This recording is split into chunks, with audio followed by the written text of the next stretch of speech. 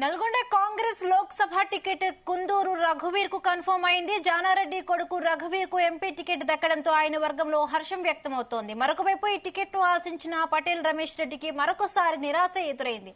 రమేష్ రెడ్డిని గతంలోనూ party senior నేతలు బుజ్జగించి నామినేషన్ విత్డ్రా చేయించారు. ఇప్పుడు నల్గొండ ఎంపీ టికెట్ ఆశించిన పటేల్ రమేష్ రెడ్డికి మరొకసారి హైకమాండ్ మొండి చేయి చూపించింది. తీవ్ర అసంతృప్తిలో ఉన్న పటేల్ రమేష్ రెడ్డి భవిష్యత్తు కార్యాచరణలో పడ్డారు.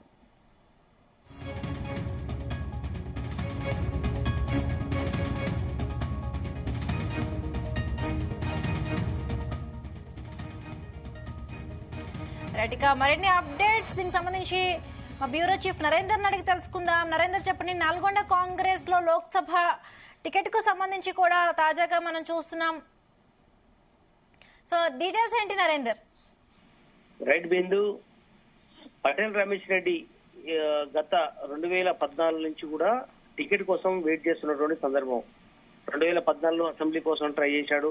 అక్కడ రామరెడ్డి దామోదర్ రెడ్డికి అసెంబ్లీ టికెట్ కాంగ్రెస్ పార్టీ నుంచి దక్కడం జరిగింది. మొన్న రీసెంట్ గా కూడా మనం చూసాం, అప్పుడు కూడా దామోదర్ రెడ్డికి మాత్రమే దక్కింది. అంటే ఇక్కడ వరుసగా ఓటమిలు అవుతున్నప్పటికీ కూడా రామరెడ్డి దామోదర్ రెడ్డికి మాత్రమే సూర్యాపేట టికెట్ దక్కుతుండడం, పటేల్ రమేష్ రెడ్డికి పార్టీ టికెట్ దక్కకపోవడంపై ఇప్పుడు ఆయన తీవ్ర నైరాశ్యంలో ఉన్నారు. మనం లాస్ట్ టైం మనం చూసాం అసెంబ్లీ ఎన్నికల్లో 2023లో కూడా డిసెంబర్ లో జరిగినటువంటి అసెంబ్లీలో ఎలక్షన్స్ కోసం పటేల్ రమేష్ రెడ్డికి టికెట్ ఇద్దామని తీవ్ర ప్రయత్నాలు చేశాడు. పిసిసి అధ్యక్షుడిగా ఉన్నటువంటి సీఎం రేవంత్ రెడ్డి, నాడు ఉన్నటువంటి పిసిసి అధ్యక్షుడు రేవంత్ రెడ్డి. అయితే అనూహ్యంగా మళ్ళీ రామరెడ్డి దామోదర్ రెడ్డికి టికెట్ ఇచ్చిన నేపథ్యంలో ఆయనకు తీవ్ర నిరాశపడ్డాడు. ఆయన దగ్గరికి ఉత్తమ్ కుమార్ రెడ్డి కూడా వెళ్లి బుజ్జగించాడు. నీకు భవిష్యత్తులో ఎంపీ టికెట్ ఖచ్చితంగా వస్తుంది, ఎక్కడ కూడా ఆందోళన చెందాల్సిన అవసరం లేదు అని కూడా చెప్పినటువంటి నేపథ్యం. ప్రస్తుతం గవర్నమెంట్ ఫామ్ అయింది, కాంగ్రెస్ ప్రభుత్వం వచ్చింది. ఆయనే ఆ రోజు ఇచ్చినటువంటి హామీ మేరకే ఇప్పటివరకు అయితే గడిచిన 3 నెలలుగా సైలెంట్ గా ఉన్నటువంటి పరిస్థితి మనం చూస్తున్నాం. గంట క్రితం ఏఐసిసి నుంచి అందినటువంటి సమాచారం ప్రకారం కేవలం సీనియర్ వాళ్ళకు మాత్రమే, కాంగ్రెస్ లో నమ్ముకున్న వాళ్ళకు 10 మందికి మాత్రమే టికెట్లు ఇచ్చాయి. మిగతా వాళ్ళందరూ కూడా ఎదురు చూసినటువంటి సందర్భం. కానీ అదే పటేల్ రమేష్ రెడ్డి పార్టీనే నమ్ముకుంటున్నాడు. అన్నిటికన్నా ముఖ్యంగా ప్రస్తుతం ఉన్నటువంటి సీఎం రేవంత్ రెడ్డికి చాలా అనూహ్యంగా ఫ్రెండ్ గా ఉన్నాడు. అదే సమయంలో ఇద్దరు ఒకప్పుడు క్లాస్మేట్స్ గా ఒకే హాస్టల్లో పెరిగినటువంటి ఇద్దరు కూడా నాడు సీఎం, ఇప్పుడు రేవంత్ రెడ్డి ఏదైతున్నారో ఆయన గాని, అలాగే పటేల్ రమేష్ రెడ్డి ఒకప్పుడు 20 ఏళ్ల క్రితం ఇద్దరు కూడా చాలా బెస్ట్ ఫ్రెండ్స్ గా ఉన్నారు. ఆయన అందుకనే మొన్న 2-3 ఇంటర్వ్యూలో కూడా చెప్పాడు, పటేల్ రమేష్ రెడ్డికి తీవ్ర అన్యాయం జరిగింది అసెంబ్లీ టికెట్ విషయంలో, ఆయన భవిష్యత్తును నేను చూసుకుంటాను అని కూడా చెప్పారు. ఎంపీ టికెట్ విషయంలో ఆయన ఆస్పిరెన్స్ కూడా ఇచ్చారు ఉత్తమ్తో సహా. కానీ ఇప్పుడు లేటెస్ట్ గా గంట క్రితం రిలీజ్ అయినటువంటి లిస్ట్ లో ఆయన పేరు లేదు. మళ్ళీ కందూరు జానారెడ్డి ఎవరైతే సీనియర్ లీడర్ ఉన్నారో నల్గొండలో మాజీ మంత్రిగా పనిచేసినటువంటి తనయుడు రఘువీర్ పేరు నల్గొండ ఎంపీ టికెట్ రేసులో ఆయన పేరు ఉన్నట్టుగా కూడా కాసేపటి క్రితం తెలిసిన నేపథ్యంలో తీవ్ర నైరాశ్యంలో ఉన్నారు. ఆయన చాలా ఆందోళనలో కూడా ఉన్నారు. ప్రజెంట్ ఆయన సూర్యాపేటలో ఉన్నారు. పటేల్ రమేష్ రెడ్డి పార్టీ కోసం చాలా కష్టపడ్డాడు.